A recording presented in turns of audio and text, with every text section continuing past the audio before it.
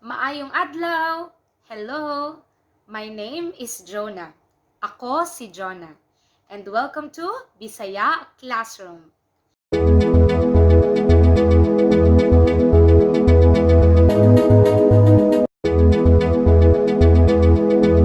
It's been a while since I did these lessons, and I am glad that you have waited and you are here to learn more about Bisaya.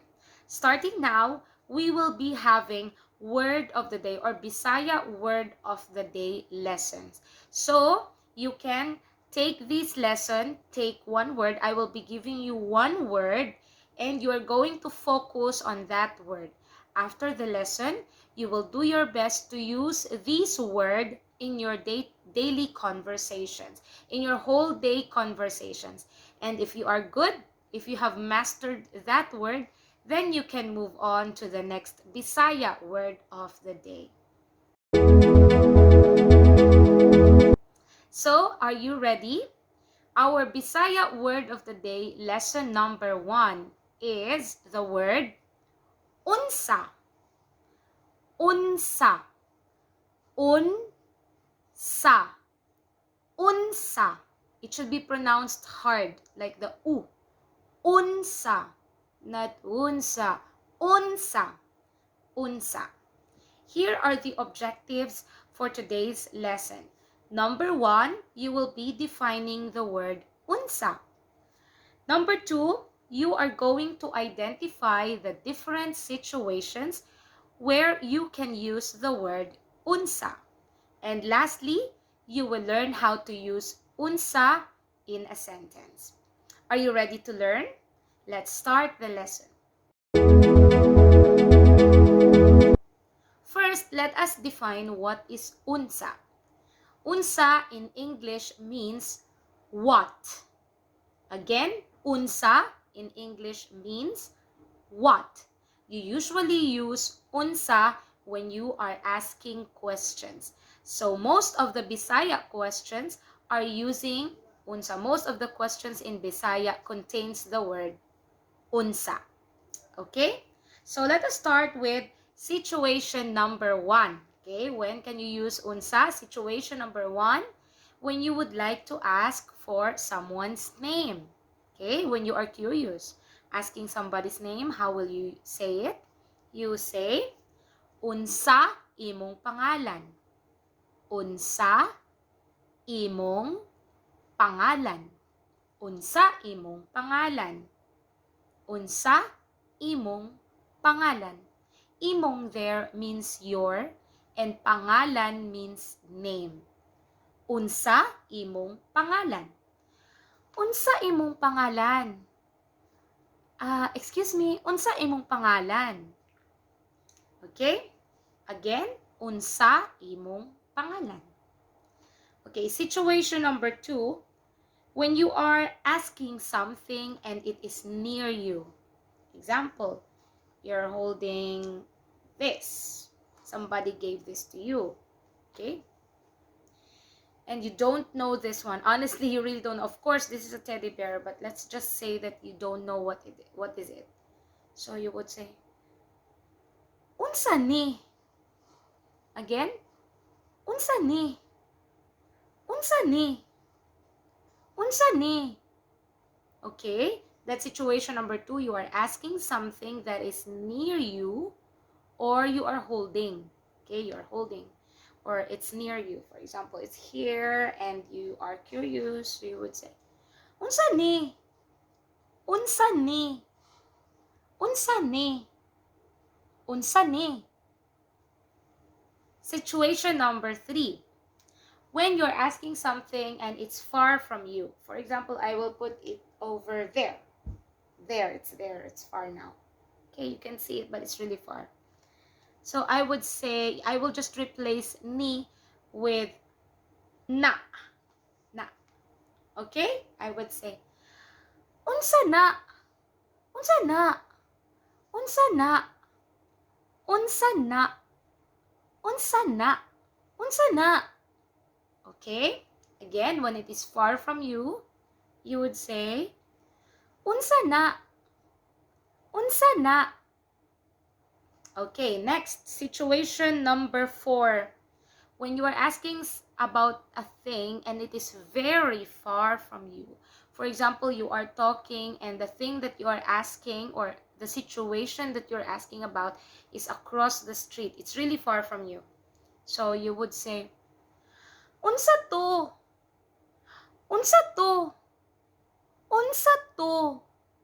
Okay, you can also use unsa to when something has passed by you and you're curious what is that. For example, you're on the street and then there's a siren that has passed by you and you're curious what that siren is or what is happening. So you can ask somebody, you say, unsa to? Unsa to? It means that you are curious what has passed by, or you are curious on something that is far from you or something that is happening far from you. Unsa to? Okay?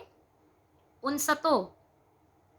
Next, situation number 5. Okay, situation number 5.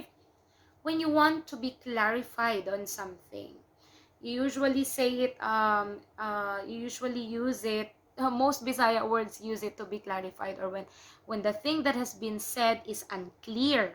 For example, you told me, uh, Jonah, um, blah, blah, blah, blah, blah, blah, meaning you cannot understand what that person is saying. That person is mumbling. So you would say, unsa? Unsa? Unsa? Usaba, please. Unsa? Okay, it means that you want something to be repeated because you did not catch up. Unsa? Unsa? Unsa? Okay? And then number 6, when you can't believe it. Okay, that's situation number 6. When you heard something and you can't believe it and your expression is quite you are not happy. We cannot say you're not happy. We can say that you're just surprised, or you are unpleasantly surprised, you're full of questions. Yeah, you can't believe it, but on a negative side. For example, you are a mom and your daughter told you, Ma, I'm pregnant. And you would say, unsa? Unsa? Unsa? Okay, so it's the same word, but the way you say it is actually different. The same with English, right? Okay, so unsa? Unsa? Okay, like that. And then the last situation, situation number 7, when you are happy of what you have heard. Okay, that's an exclamation. For example, Jonah, you have won the raffle. Unsa? Jonah, you are good in Bisaya. Unsa? Unsa? Okay, like that. Jonah, they subscribe to your channel. Unsa? Okay, like that. Jonah, you have 390 subscribers already. Unsa? Okay, so I hope that you have, remembered all of those situations. Actually, if you didn't catch up, you can review the video, and you can pause it on parts that you want to pause, okay, for you to take down notes. It's really important to take down notes so that later when you apply it, you can remember. Okay, let's have a short review. The definition of unsa is what in English. Situation number 1, when you are asking about a name, you could say, unsa imong pangalan. Situation 2, when you are asking something near you, you say, unsa ni. When it's far from you, that's situation 3, unsa na. When it's too far from you, or when it has passed you by and you're curious, you say, unsa to. Situation number 4, when you want to be clarified. No, it's situation number 5. When you want to be clarified on something, you say, unsa. And situation number 6, when you are surprised or unpleasantly surprised about something, you could say, unsa. And when you are surprised, but a pleasant surprise, and you can't believe what has happened, a good thing that has happened, you could say, unsa happily, say, unsa. Okay, So I hope that you are ready to use unsa in your day-to-day living. All right? So let's try. For example, you want to ask my name. Come on, ask me my name using unsa. Ako si Jonah. Ikaw, unsa imong pangalan? Ah, okay. How about I gave you this? I will give you this. And you're holding it. Come on, ask me.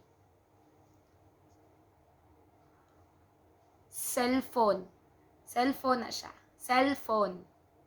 Nokia cellphone. I know the model. Okay, anyway, that's all for today. Thank you so much. You can keep on practicing. If you have some Bisaya friends, you can use unsa in your conversations.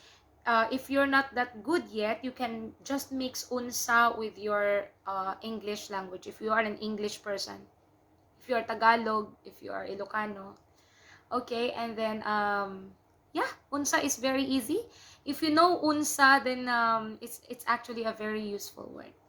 That's all for today. If you want to learn more, kindly comment down below. Comment down below the words that you really want to learn more. Comment down below your suggestions, and I hope that you will not forget to subscribe so that I will be inspired to create more lessons for you. Thank you so much, and keep on learning. I know that you can do it. Goodbye.